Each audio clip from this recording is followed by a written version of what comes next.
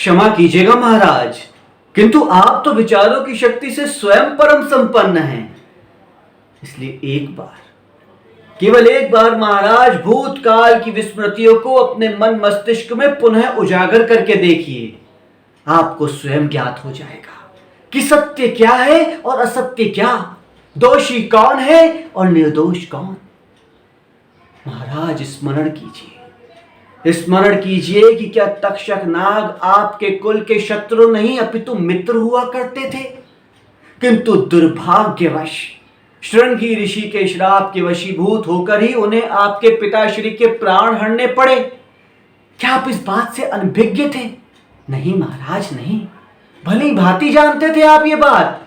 बल्कि आप तो ये भी जानते थे कि तक्षक नाग और आपके पिताश्री परम मित्र थे, उनके बीच में कोई व्यक्तिगत शत्रुता नहीं थी। किंतु अहंकार आपके माथे पर ऐसा चढ़ा कि आपने केवल एक तक्षक नाग ही नहीं अपितु संपूर्ण नाग जाति के विनाश करने का षड्यंत्र रच डाला महाराज। हाँ महाराज, नाग सत्र के रूप में छेड़ा गया वो अभियान नहीं, वो एक षड्यंत्र था। प्रतिशोध की भावना से रचा गया एक षड्यंत्र। और आपने महाराज उस षड्यंत्र को रचने से पहले तनिक भी नहीं सोचा कि वो षड्यंत्र केवल नाग जाति ही नहीं अपितु संपूर्ण विनाश का कारण बन सकता है, संपूर्ण प्रकृति के विनाश का कारण बन सकता है महाराज। नहीं सोचा महाराज, क्योंकि अहंकार ने आपको इस तरह जकड़ लिया था कि आप सत्य और असत्य में भेद भी नहीं कर पाए।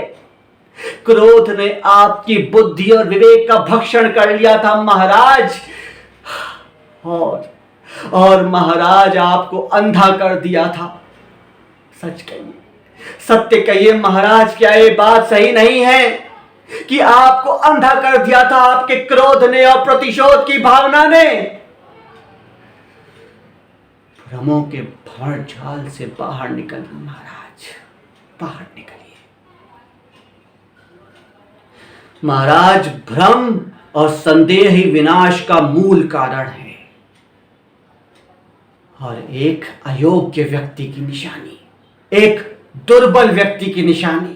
और एक राज्य के सर्वेसर्वा होने के नाते, एक साम्राज्य के राजा होने के नाते महाराज, आपको दुर्बल और अयोग्य होने का तो अधिकार है ही नहीं। महाराज, आप तो शास्त्रों के ज्ञाता हैं।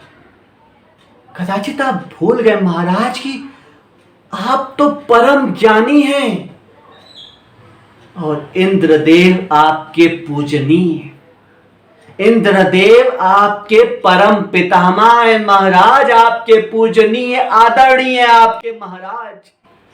और आप ऐसा सोच भी कैसे सकते थे कि इंद्रदेव अपने प्रपौत्र की पत्नी के साथ ऐसा कुकर्म कर सकते हैं?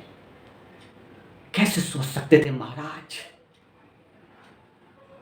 क्षमा कीजिएगा महाराज, किंतु मुझे बताना पड़ रहा है कि सत्य तो यह है कि इंद्रदेव ने केवल आपके अहंकार को विनष्ट करने के लिए ही वो इंद्रजाल रचा था, जिसके वशीभूत होकर आप वो अकर्म कर बैठे, वो भयंकर पाप कर बैठे महाराज। और वो भयंकर पाप